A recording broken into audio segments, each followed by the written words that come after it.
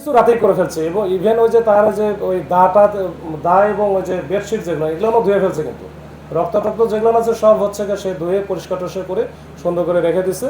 এটা রাতের বেলায় করছে এবং পরের দিনে হয়তো বা সে মনে করছিল যে এটা যখন তাকে রেখে আসার পরে আরেকবার হয়তো ওই রাতে আরেক দফায় চেষ্টা করতে পারে, মানে চেষ্টা করবে যে এটাকে লুকানো যায় কিনা পারমানেন্টলি।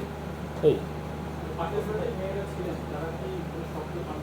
ওই রকম শব্দ মেয়েরা তো ওই যে দরজা দিয়ে থাকলে হয়তো বুঝতে পারে না, কিন্তু ওই মেয়েটা একটু বুঝছে যে ওই যে রক্তের কিছু ছোপ দাগ ছিল না কিন্তু একটা জায়গায়, যেটা ও হয়তো খেয়াল করে নাই, ওই দেয়ালে ছিল। এইটা দেখে তার একটু সন্দেহ হচ্ছিল।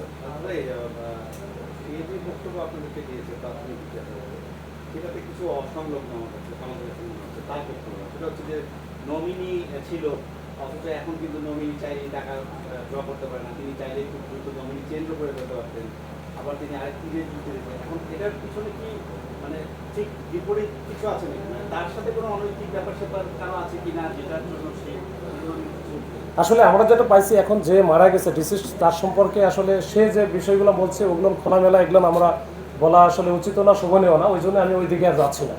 তো এটা আরও অনেক দূর পর্যন্ত সে অনেক অনেক বিষয় অবতারণা করেছে আমাদের সামনে।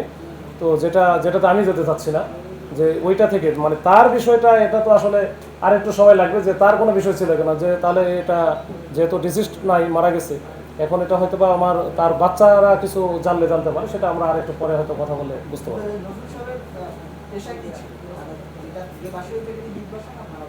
না, এটা ভাড়া বাসা। ওটা তো কাপড়ের ব্যবসা করে, বুটিক কাপড় আছে না, এই কাপড়ের ব্যবসা করে। এমনি এখন বর্তমানে ওই যে ছোটখাটো ওই যে ওই কাপড়ের ব্যবসার সাথে মোটামুটি লিঙ্কেজ আছে আর কি। জি, আসসালামু আলাইকুম।